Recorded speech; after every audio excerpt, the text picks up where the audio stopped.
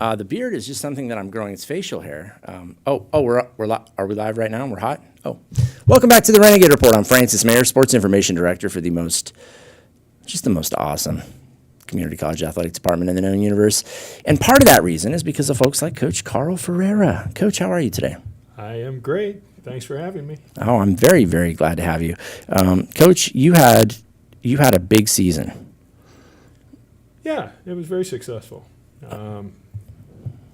It depends how you define success. That's my next project, actually. But I guess I would define success as like people growing and being happy with their effort.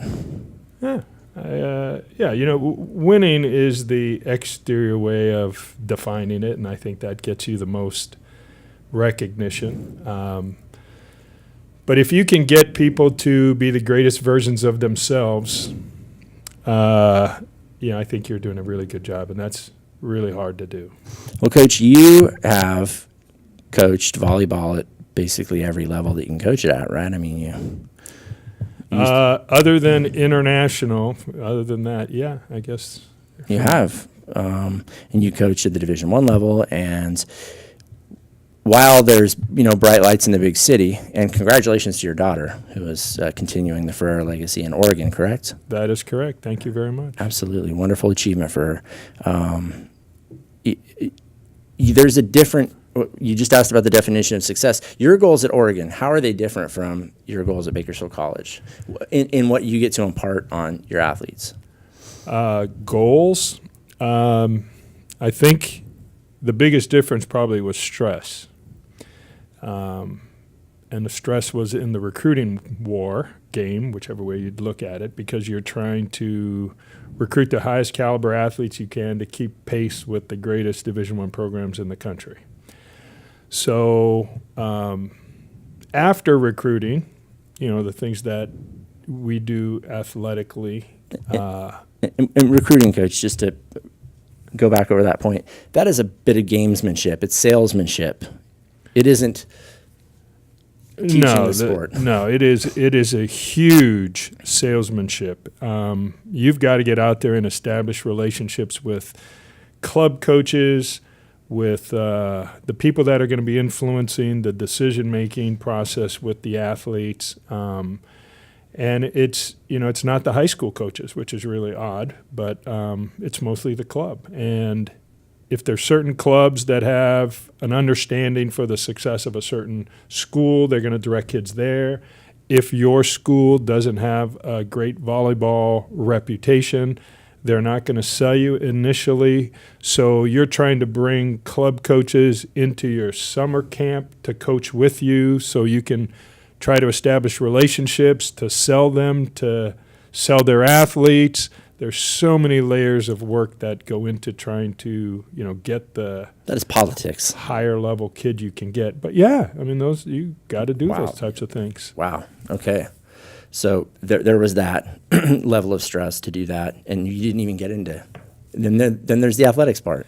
Yeah, obviously the coach is going to help the athlete. So then you've got to get the athlete on your campus, and you've got unofficial recruiting opportunities during football season because you show them the big stories, and during basketball season we show them the big stories, and then we play on Friday, football on Saturday, and that would be what you try to do. You're selling them to come. So it was a nonstop game of selling, your philosophy, your vision, the athletic department, and there's a lot that goes into it. So, we watch Saturday entertainment, on ESPN, and it's fun, but you don't see all the struggle and the strain and the stress that goes into that whole thing. I can only imagine like the budgets for those programs and the travel. I mean, you're traveling out of state, like flying with athletes. And, oh, yes. I mean, there's just the logistics, the scale of it, I guess, is what I'm alluding to. Yeah, I mean, I've recruited internationally. I've recruited nationally, and there is no limitation. It was do what you have to do to, put a national caliber program on the floor. It's impressive.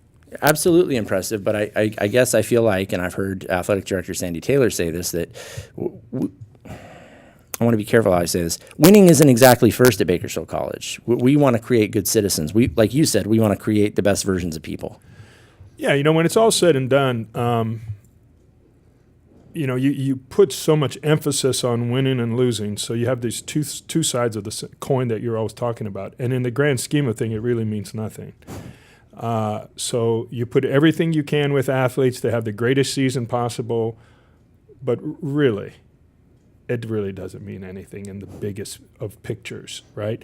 So what really matters is they're going to be, human beings a lot longer than they're going to be collegiate athletes. Can you prepare them to be better citizens, better human beings?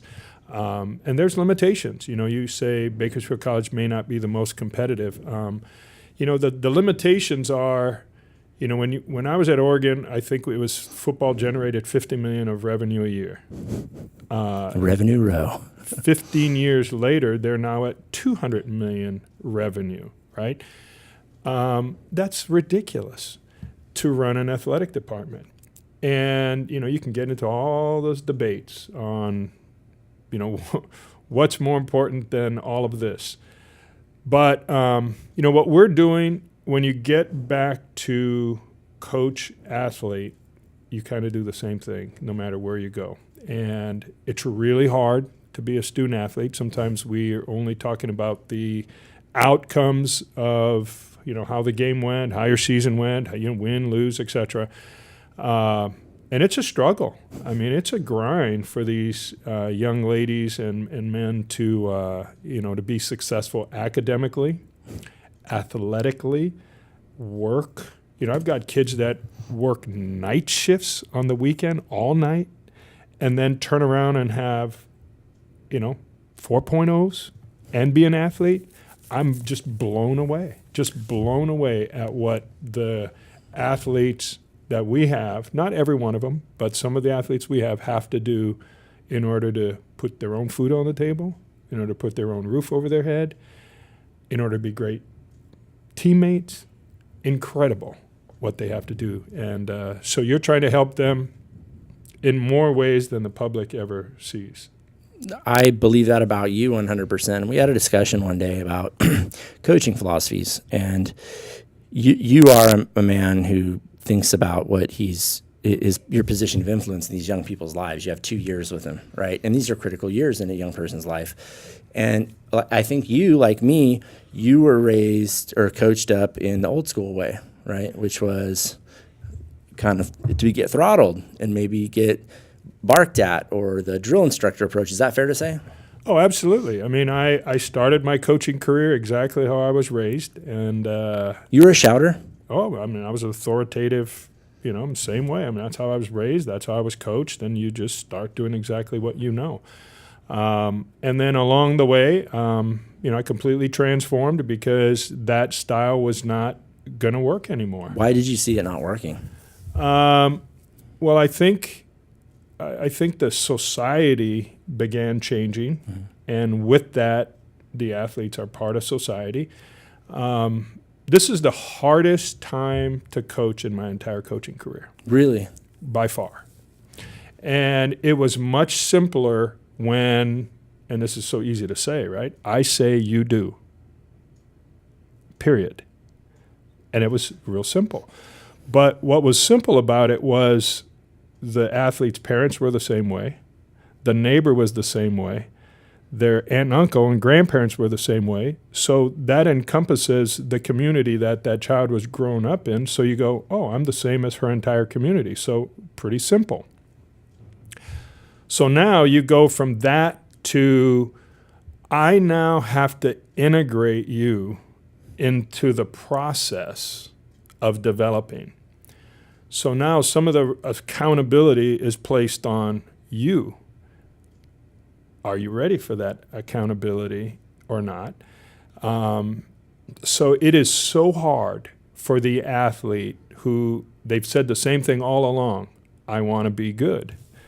And here's probably the hardest part of the whole thing is the only way you can truly progress is with some discomfort.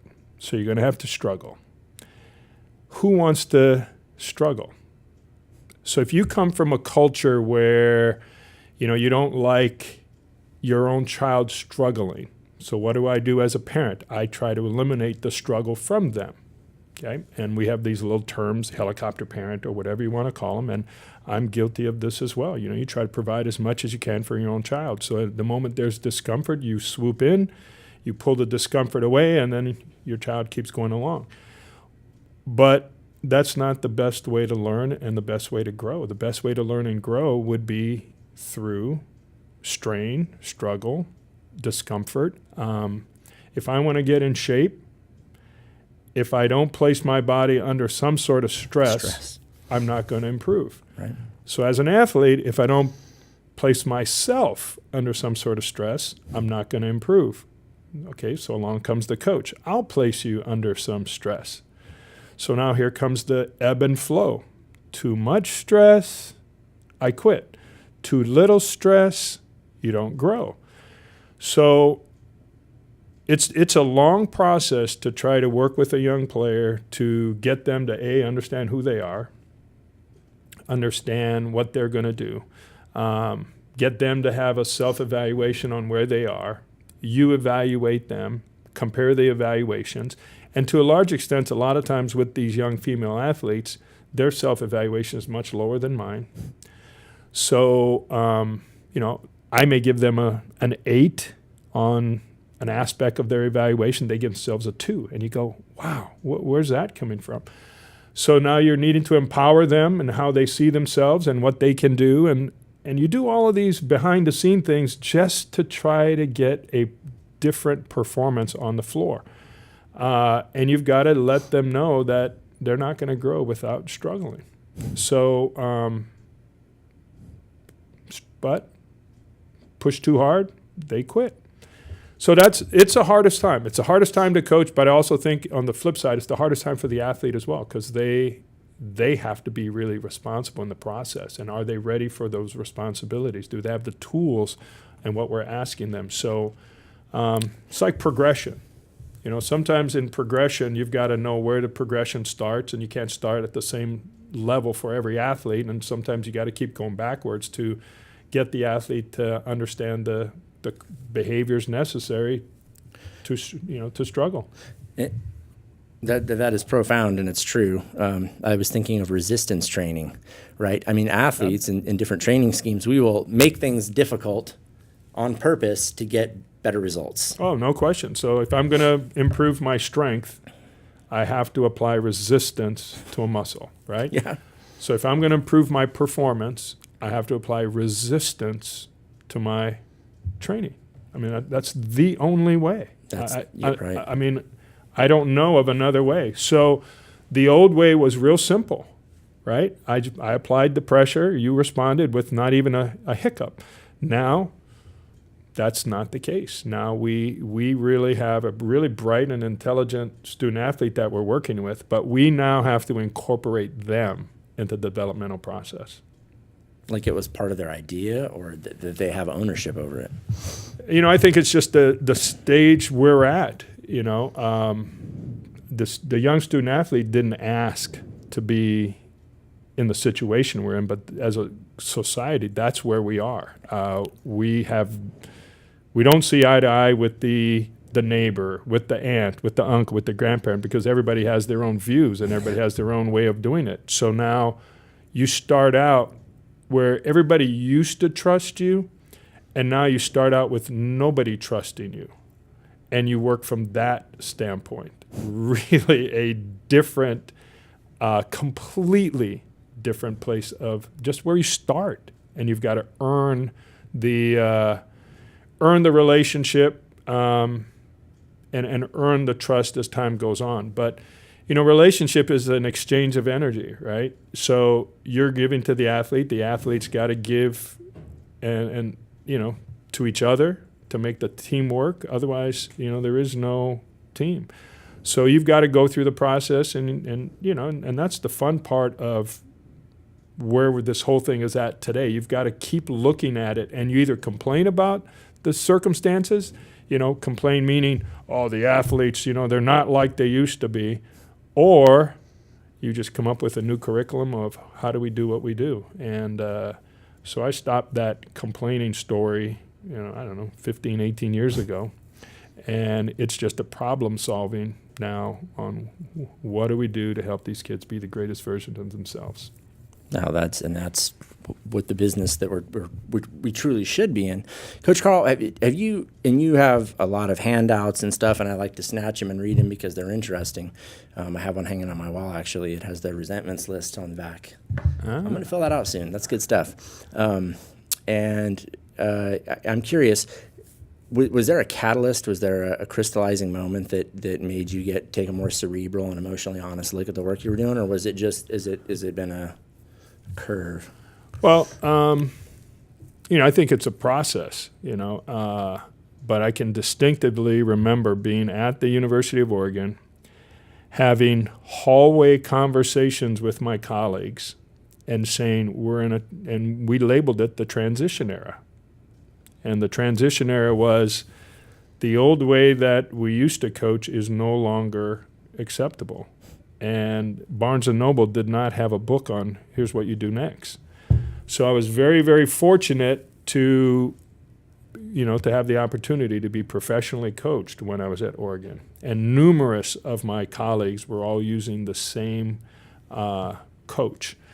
And it started with my conversation with a basketball coach named Ernie Kent, who's the current head coach at Washington State University. And he said that this gentleman resurrected my career, and if it wasn't for him, I'd have been out of the profession. So the men's basketball coach at Oregon, the women's basketball coach at Oregon, the golf coach, the tennis coach, myself, we were all used this guy, and his name was Roland Todd. And it just flipped everything, and it began this journey of having a completely different vision of how this whole thing works. And I can recall the first thing he said to me. He says, "Carl, you have the worst view of you." And I profoundly was, "What?" He says, "Do you know what the other side of the moon looks like?" And I'm like, "I assume it looks like this side." He goes, "How do you know?" So, and he told me, he says, you only have one vision of yourself, and it's the vision that you think. The athletes have a different vision, and you've got to have an understanding that there's a different view of you, and we're going to take a view of the whole picture. And so that's where it started, and it's been an ongoing.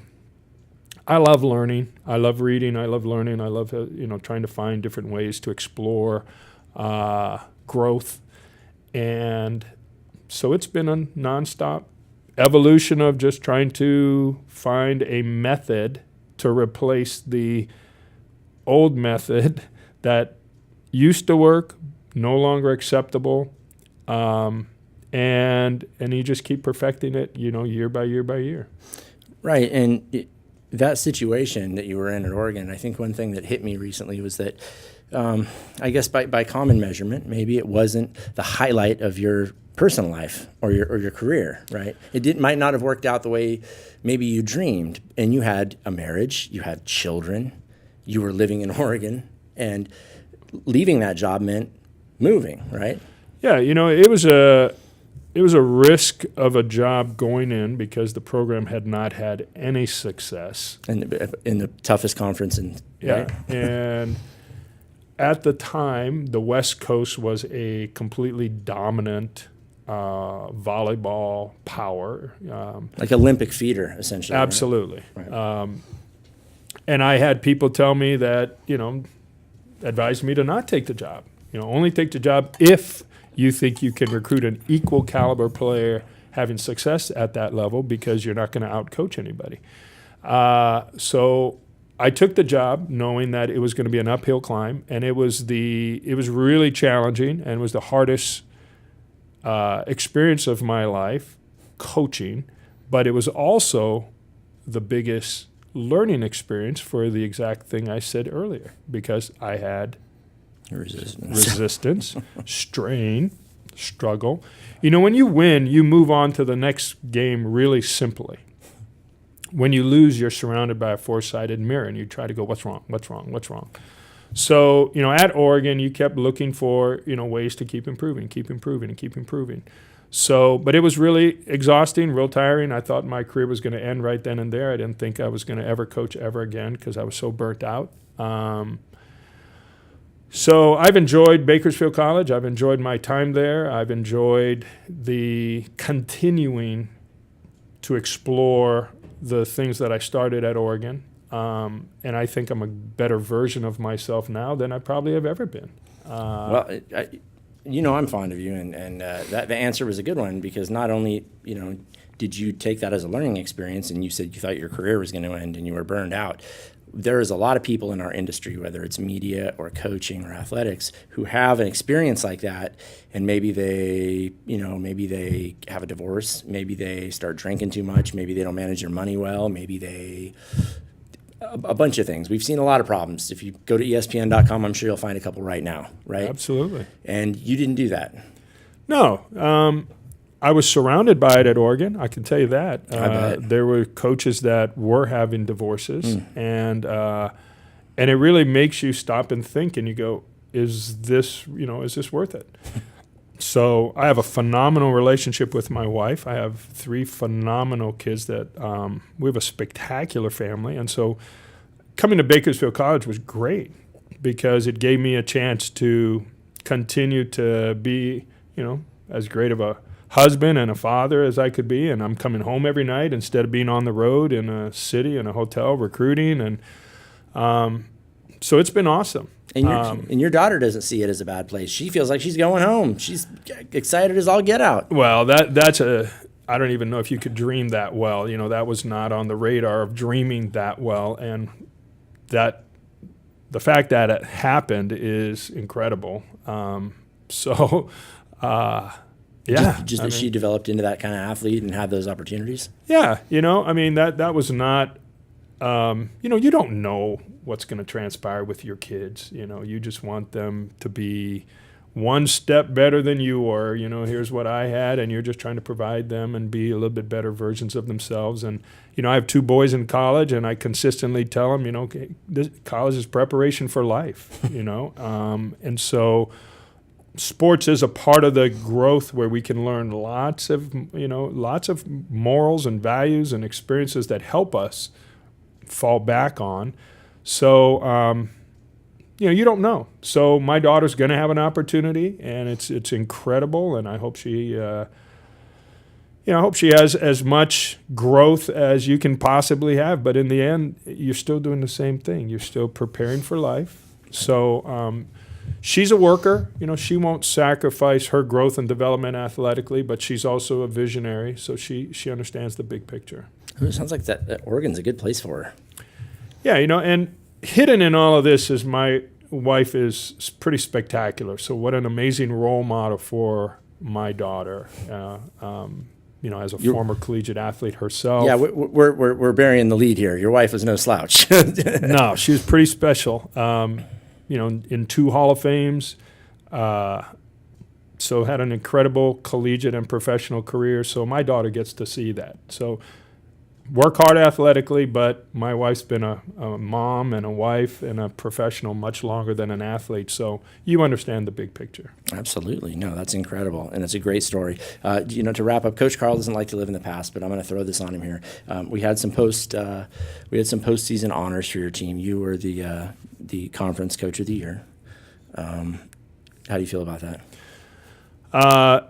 Well, we know how these things work. You have an opportunity to be coach of the year if you have a fantastic team. Amen.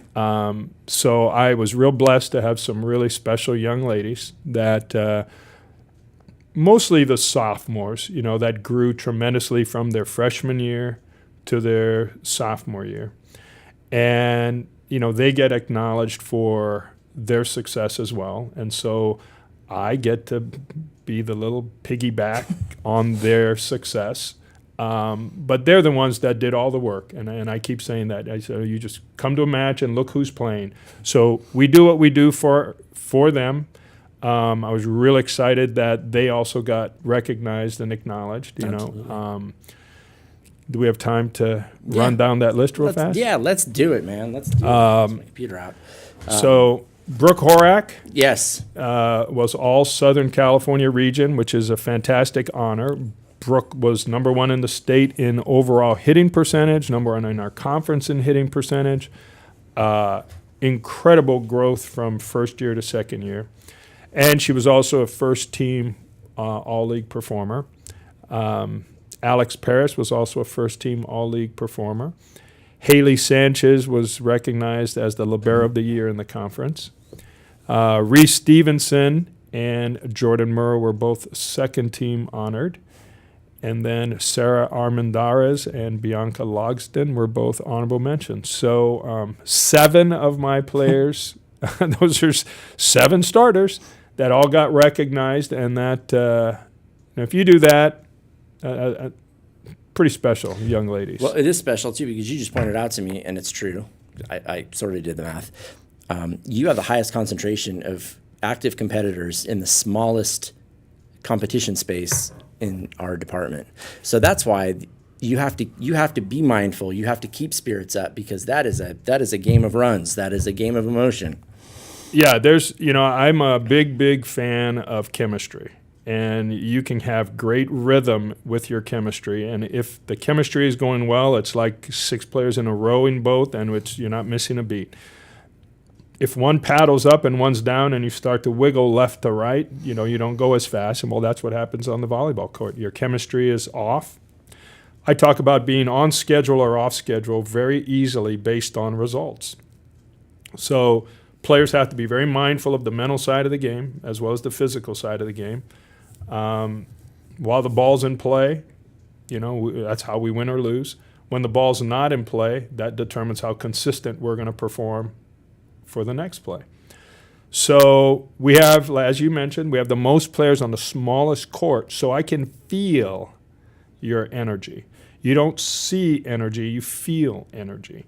And they can feel it when it's right, and they can feel it when it's not right. So we have intentional things we do to maintain the rhythm as a team when we play on a point-by-point basis. And when we do it right, it's beautiful.